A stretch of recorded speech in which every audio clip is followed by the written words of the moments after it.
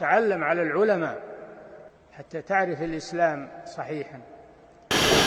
إن الحمد لله نحمده ونستعينه ونستغفره ونعوذ بالله من شرور أنفسنا ومن سيئات أعمالنا من يهده الله فلا مضل له ومن يضلل فلا هادي له وأشهد أن لا إله إلا الله وحده لا شريك له وأشهد أن محمدا عبده ورسوله. يا أيها الذين آمنوا اتقوا الله حق تقاته ولا تموتن إلا وأنتم مسلمون. يا أيها الناس اتقوا ربكم الذي خلقكم من نفس واحدة وخلق منها زوجها وبث منهما رجالا كثيرا ونساء واتقوا الله الذي تساءلون به والأرحام إن الله كان عليكم رقيبا. يا أيها الذين آمنوا اتقوا الله وقولوا قولا سديدا يصلح لكم أعمالكم ويغفر لكم ذنوبكم ومن يطع الله ورسوله فقد فاز فوزا عظيما. أما بعد فإن أصدق الحديث كتاب الله وخير الهدي هدي محمد صلى الله عليه وسلم وشر الأمور محدثاتها وكل محدثة بدعة وكل بدعة ضلالة وكل ضلالة في النار. Amma ba'd, e gjithë lavdia I takon vetëm Allahut, I cili adhuroi këtij umeti dërgimin e pejgamberit më të vlefshëm dhe veçoi këtë umet me fenë e përsosur dhe ligjin më të ndershëm. E falenderoj Allahun dhe ata e lavdroj, sepse falënderimi është obligim për çdo njeri të vetëdijshëm. Dëshmoj se nuk ka të adhuruar të drejtë pos Allahut një dhe I vetëm, I cili nuk ka shok, nuk ka ortak dhe askush nuk është me të I krahasueshëm. Dhe dëshmoj se Muhamedi është rob dhe I dërguari I Allahut të madhrishëm, ai është zotëria e të gjitha krijesave dhe I dërguari më I vlerëshëm. Salavatet dhe selamet e shumta të Allahut qofshin për të, për familjen dhe të gjithë sahabët e tij, si dhe për të gjithë ata që e ndjekin udhën e tij me vendosmëri dhe të bindshëm. Mëtej, o robërt e Allahut, kini frikë Allahut dhe falenderoni atë që ju udhëzoi në rrugën e tij dhe ju veçoi me shumë dhunti, që nuk mund të numërohen me numër dhe sasi. Kujtoni gjendjen e popujve të tjerë para dërgimit të pejgamberit sallallahu alaihi wasallam. Ata ishin në ignorancë të errët dhe në devijim të verbër. Të këqijat tek ata ishin të lloj-llojshme dhe devijimet ishin të shumta në besim dhe në adhurime. Adhuronin idhuj, u përuleshin skulpturave dhe e harronin krijuesin e tyre dhe Zotin e qiejve dhe të tokës. Ishin të prishur në moral, kishin egërsi dhe vrazhdësi, ishin të përçarë dhe të armiqësuar, kishin urrejtje dhe zili ndaj njëri tjetrit, I agrabitnin pasurinë të dobëtve dhe e hanin mallin e huaj, I vrisnin fëmijët dhe I varrosnin vajzat të gjalla, ishin me zemra të ngurta dhe me ashpërsi në sjellje. Ishte hequr mëshira dhe butësia nga shpirtrat e tyre për njëri tjetrin. E kur Allahu a dërgoi këtë dhurat, kur Allahu u adhuroi këtë dhurat të dërgimit të pejgamberit mes tyre, I cili ishte I butë dhe I mëshirshëm, atëherë përmes tij Allahu I bashkoi pasi ishin të përçarë, I lumturoi pasi ishin në dëshpërim, I udhëzoi pasi ishin në devijim, u azbuti zemrat pasi I kishin të ngurta, I pastroi pasi ishin njollosur me fllitësitë e shirkut dhe mëkateve, I ndriçoi pas errësirës së ignorancës me dritën e shpalljes dhe u ashëroi smundjet shkatërruese në moral dhe në shoqëri me mjetet më të dobishme dhe më të lehta, I shëroi me ilaçin qiellor, duke I ngritur në shkallë të larta me thirrje për tek Allahu, me thirrje për në të vërtetën, me thirrje për ta veçuar Allahun një me adhurim. Pejgamberi sallallahu alaihi wasallam I thiri njerëzit që ta kputin çdo lidhje të shpresës dhe frikës, të afrimit dhe frikësimit me çdo kënd, përveç Allahut një dhe të vetëm. I thiri që zemrat, shpirtrat, fjalët dhe veprat e tyre t'ia drejtojnë vetëm Allahut, t'i drejtohen Allahut me dashuri që përmban për ulësi dhe nënshtrim, t'i drejtohen Allahut me lutje, me frikë, me pengesë, me mbështetje. I thiri që të gjitha llojet e adhurimit t'i pastrojnë dhe t'i përkushtojnë me sinqeritet ndaj Allahut të lartësuar. I thiri që ta thonë fjalën e tauhidit, fjalën e të vërtetës dhe pastërtisë, fjalën la ilaha illa Allah, nuk ka të adhuruar të drejtë pos Allahut. Faman yakfur bit-taghuti wa yu'min billahi faqad istamsaka bil-urwati al-wuthqa la infisama laha. Ai që mohon tagutin, gjithçka që adhurohet në vend të Allahut dhe beson në Allahun, ka siguruar lidhjen më të fortë, e cila nuk këputet kurrë. Pasi i thiri në tauhid dhe e rënjosi në zemrat e tyre çështjen e besimit, i urdhroi për adhurimin më të rëndësishëm pas shahadetit dhe obligimin më të madh pas tauhidit, që janë 5 namazet. Namazi është lidhja e robit me Zotin e tij, dhe ai i përfshin të gjitha llojet e përullësisë dhe nënshtrimit ndaj Allahut. Në të ka qëndrim në këmbë me përullësi dhe frikë ndaj Perëndisë, duke mos u kthyer në asnjë anë me zemër e as me fytyrë ose sy. Aty ka lexim të Kuranit, e në veçanti surën më të rëndësishme në Kuran, surën Al-Fatiha, e cila përfshin falënderim, madhërim dhe veçim me adhurim për Allahun, duke kërkuar ndihmë për udhëzim vetëm nga Allahu i lartësuar. Në namaz ka përkulje, lakim të shpinës dhe ulje të kokës para Zotit të madhështisë dhe fuqisë. Në namaz ka rënje në sejdë, duke e vënë fytyrën në tokë për Allahun, duke i vënë gjunjët dhe duart në tokë me modesti para krijuesit lartësuar. Padyshim se ky është adhurim i madh dhe i ndershëm. Ky është adhurimi që ka më së shumti shpërblim për atë që e bën me përullësi dhe përqendrim, që i plotëson shtyllat, obligimet dhe sunetet e namazit dhe që i ka plotësuar paraprakisht të gjitha kushtet e tij dhe e ka përsosur pastërtinë. Pejgamberi sallallahu alaihi wasallam na ka udhëzuar që namazi të falet me xhamat në shtëpitë e Allahut, për të cilat Allahu ka urdhëruar të ngrihen. Në xhami besimtarët i drejtohen Allahut duke e pasur kiblen e përbashkët dhe duke i drejtuar safat, pa bërë dallim mes të pasurve dhe të varfërve, e as mes pushtetarëve dhe njerëzve të thjeshtë. Të gjithë drejtohen njësoj me zemra të pastra dhe shpirta të kthjellët. Kështu forcohen lidhjet vëllazërore dhe dashuria e sinqertë. Ky është një mësim i rëndësishëm prej mësimeve të Islamit dhe forcimi i shoqërisë së ngritur me fenë islame. Me këto mësime nuk mund të krahasohet asnjë mësim njerëzor dhe asnjë teori filozofike.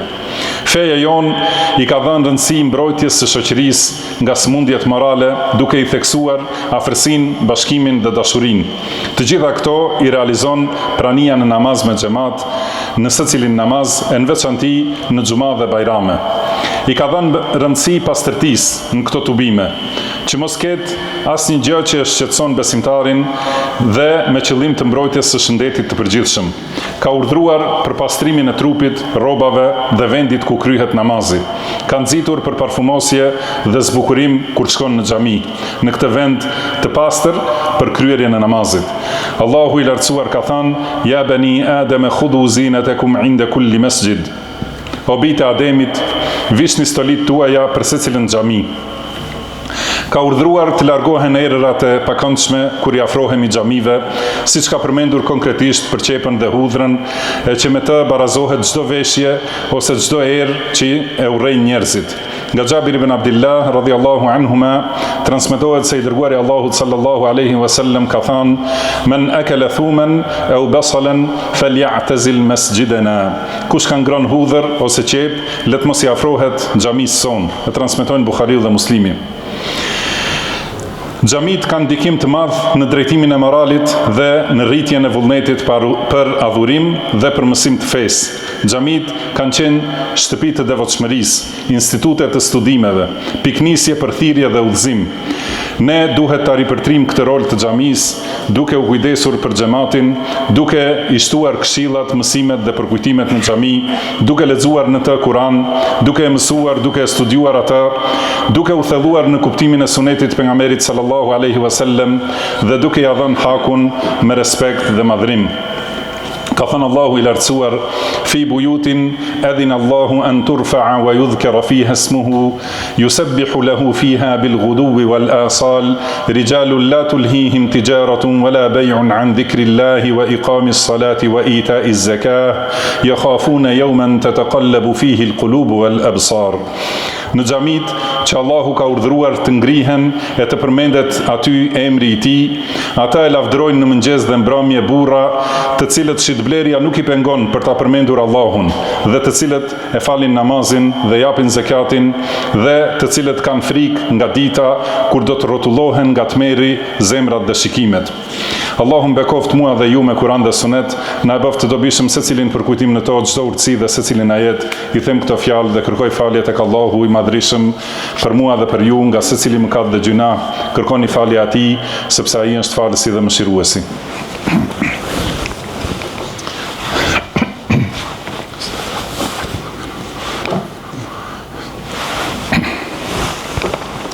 الحمد لله على إحسانه والشكر له على توفيقه وامتنانه وأشهد أن لا إله إلا الله وحده لا شريك له تعظيما لشأنه وأشهد أن محمدا عبده ورسوله الداعي إلى رضوانه صلى الله عليه وعلى آله وأصحابه وإخوانه وسلم تسليما مزيدا. Gjithë lavdia i takon Allahut për mirësitë e tij. Të gjitha falënderimet ja drejtojmë atij për çdo sukses dhe çdo dhunti. Dëshmoj se nuk ka të adhuruar të drejtë pos Allahut një dhe i vetëm dhe i pastër nga çdo ortakri, dhe dëshmoj se Muhamedi është rob dhe i dërguar i Allahut dhe thirrës për në udhëzim dhe drejtësi. Salavatet dhe selamet e Allahut qofshin për të, për familjen dhe për shokët e tij në përgjithësi. O robërt Allahut, ruhuni Allahut të lartësuar, falenderoni atë që ju ka udhëzuar, madhroni urdhrat e Zotit tuaj, drejtohuni para tij dhe kërkoni falje atij. Lloji më i mirë i drejtimit dhe udhëzimit është drejtimi në kryerjen e obligimeve. Një prej këtyre obligimeve më të rëndësishme është namazi, që është gjëja e parë për të cilën merret në llogari njeriu në ditën e gjykimit. Prandaj ruajini namazin, kryeni atë me xhamat në xhami, sepse rregullësia e kryerjes së namazit me xhamat në xhami është argumenti i imanit. Allahu i lartësuar ka thënë: "Innama ya'muru masajid Allahi man amana billahi wal yawmil akhir wa aqama as-salata wa ata az-zakata wa lam yakhsha illa Allah, fa'asa ulaika an yakunu min al-muhtadin." Xhamit e Allahut i mbushin vetëm ata që besojnë Allahun dhe ditën e fundit, që falin namazin dhe japin zakatin, e që nuk i friksohen askujt përveç Allahut. Sigurisht që këta janë në rrugë të drejtë. Tjetër dobi e faljes së namazit në xhami është bërja e hapave të shumtë, të cilat shkruhen si vepra të mira dhe me to fshihen gabimet dhe gjunahet.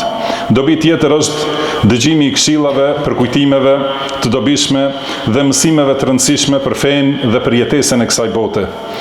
Tjetër dobi është se njeriu që është në xhami i shkruhet shpërblimi sikur është duke u falur për aq kohë sa është duke e pritur namazin. Dobi tjetër është se melajket luten për të përderisa është në vendin ku është falur dhe thonë: "O Allah fale, o Allah mëshiroje." Prandaj keni kujdes dhe ruajini këto shpërblime. Allahu ju mëshiroft. Allahut i kërkojmë udhëzim të paluhatshëm, kuptim të drejtë dhe qëndrueshmëri në fenë e tij deri në vdekje.